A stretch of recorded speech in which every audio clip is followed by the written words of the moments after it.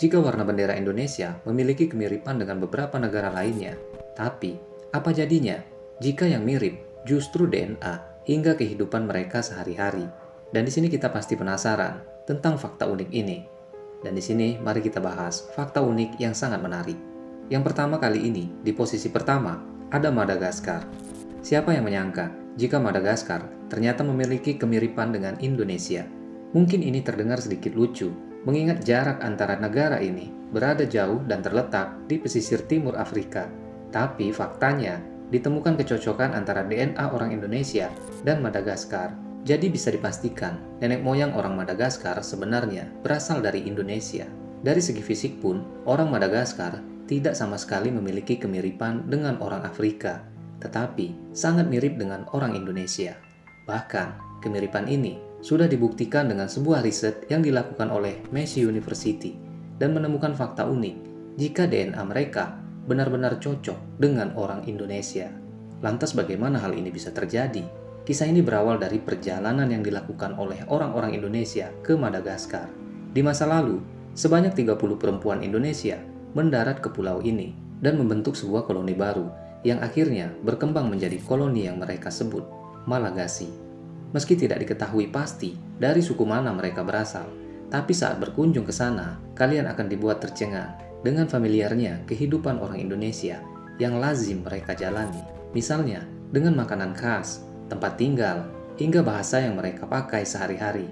Bentuk rumah mereka juga seperti tidak berbentuk bulat seperti tempat tinggal orang Afrika. Sama sekali tidak mirip dengan tempat tinggal orang Afrika pada umumnya. Di bagian atap rumahnya juga terlihat mirip dengan rumah joglo yang terdapat pada rumah adat Jawa.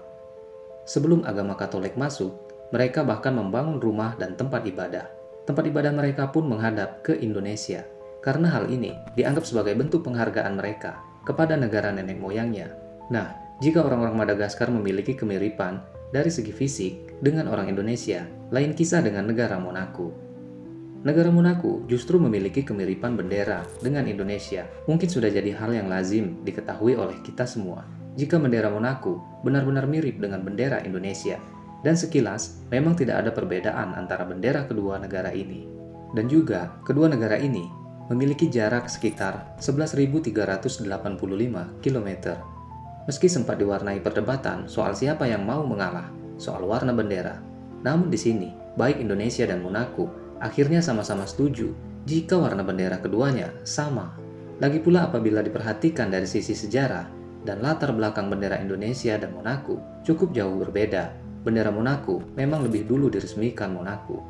Monaco resmi mengesahkan benderanya pada 4 April 1881. Saat itu, peresmian bendera Monaco dilakukan di bawah pemerintahan Pangeran Monaco, Pangeran Charles. Indonesia memang belakangan soal peresmian bendera. Kita baru menggunakan bendera merah putih pada momen kemerdekaan 17 Agustus 1945. Tapi di sini sebenarnya jauh sebelum itu kita sudah lebih dahulu menggunakan warna merah dan putih. Sejak tahun 1297, kala itu warna merah putih dipakai oleh Kerajaan Majapahit. Hanya saja warna merahnya ada 5, sedangkan warna putihnya ada 4. Dan saat itu diberi nama Sang Saka Getih Getah Samudra. Bendera ini pertama kali dikibarkan sebagai panji kemenangan pasukan Raden Wijaya saat memenangkan pertempuran dan dinasti Wan dari Tiongkok. Sedangkan dari segi ukuran, sebenarnya bendera Indonesia dan Monaco juga punya perbedaan yang signifikan. Bendera Indonesia memiliki 2:3 rasio, lebar dan panjang. Sedangkan bendera Monaco 4:5 rasio, lebar dan panjangnya.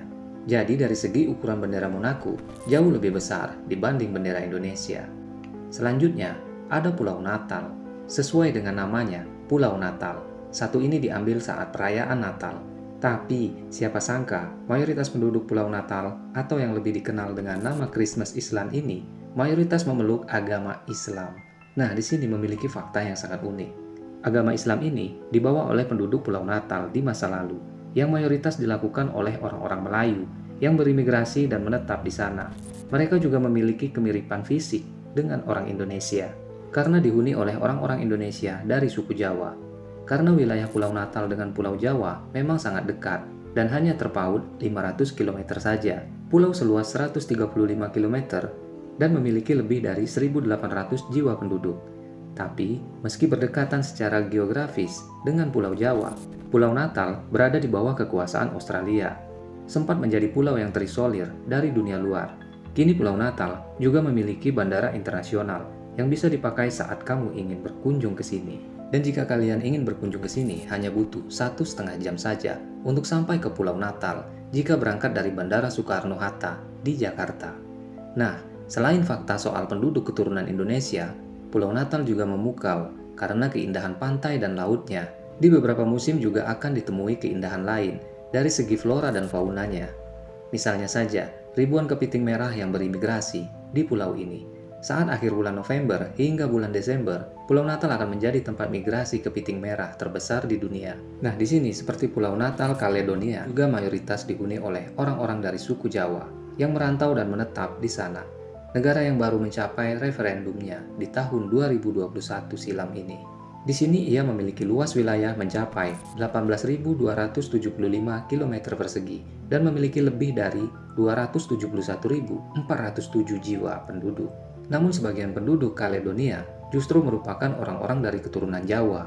Hal ini membuat negara yang terletak di Samudra Pasifik ini memiliki kemiripan dengan orang Indonesia. Tidak heran jika di dunia baru ini kalian akan menemukan orang-orang keturunan Jawa dengan gaya keseharian mereka yang tetap memakai bahasa Jawa, tapi juga mampu berbahasa Perancis. Awal kedatangan orang Jawa ke Kaledonia karena dulunya mereka menjadi kuli kontrak dan mencari kehidupan yang lebih baik di negeri Kaledonia. Mereka pun datang ke sana di tahun 1896, sebanyak 170 pekerja, mulai menetap dan menjadi penduduk asli yang hingga kini masih memegang erat budaya Jawa. Bahkan, salah satu seorang keturunan Jawa bernama Ik Slamet merupakan keturunan Jawa yang pernah menjabat wakil gubernur Provinsi Utara Kaledonia. Di sebelah Pulau Natal ada Pulau Cocos, atau yang familiar disebut Cocos Keeling, Cocos Keeling Island. Pulau ini dibagi menjadi dua, yakni West Island dan Home Island. Home Island dihuni oleh orang-orang dari suku Melayu Kalimantan dan Jawa, sedangkan West Island dihuni oleh orang-orang Barat dan berbahasa Inggris. Jadi tak heran jika berkunjung ke Pulau Cocos ini akan ditemui kehidupan orang-orang yang sangat mirip dengan orang Indonesia dari suku Jawa dan Melayu Kalimantan. Awal mula kedatangan orang-orang ini terjadi di tahun 1827, di mana Kapten John Clunies Ross, yang tak lain adalah Raja Kepulauan Cocos, membawa pekerja dari Pulau Jawa dan Melayu Kalimantan. Kapten ini membawa untuk bekerja sebagai pemanen biji kakao. Namun pada akhirnya mereka memilih menetap dan menjadi penduduk yang mayoritasnya beragama Islam, sehingga memenuhi 75% dari total penduduk Pulau Cocos. Begitu juga dengan Suriname. Hampir 15% dari total penduduk Suriname adalah orang-orang Jawa. Sekitar 618.000 penduduk keturunan Jawa sampai saat ini menghuni Suriname. Kedatangan orang-orang Jawa ini dimulai pada tahun 1890 hingga 1939, di mana sekitar 33.000 orang Jawa melakukan migrasi ke Suriname. Kedatangan mereka menjadi salah satu pemicu pertambahan penduduk keturunan Jawa yang menghuni Suriname. Bahkan yang lebih membanggakan lagi, ada seorang keturunan Jawa yang menjabat di pemerintahan Suriname. Namanya adalah Raymond Sapun, yang tak lain merupakan keturunan asli Banyumas dan sempat mencalonkan diri sebagai Presiden Suriname pada tahun 2015 silam. Dan di terakhir dari fakta unik ini, ada di Thailand. Thailand salah satu negara rumpun Asia Tenggara ini ternyata juga memiliki satu wilayah yang dihuni oleh mayoritas orang-orang suku Jawa. Namanya adalah Koh Panye, sebuah perkampungan terapung tradisional yang tak jarang ditemui kearifan lokal khas Indonesia. Letaknya berada di lepas pantai selatan Thailand. Perkampungan muslim ini dihuni oleh lebih dari 400 kepala keluarga dan lebih dari 1.600 jiwa penduduk. Dan penduduknya ini diduga keturunan suku Jawa. Sama seperti namanya, Kampung Terapung. Koh Panye ini didirikan oleh 3 orang nelayan keturunan Jawa. Mereka datang dan menetap di sana. Kali ini, lebih dari 200 tahun sudah Koh Panye menjadi perkampungan Jawa yang terletak di negara tetangga, yaitu Thailand. Dan terima kasih untuk kalian semua sudah menonton video ini. Semoga dari pembahasan ini menambah sedikit wawasan atau pengetahuan kita. Dan sampai berjumpa kembali di video selanjutnya.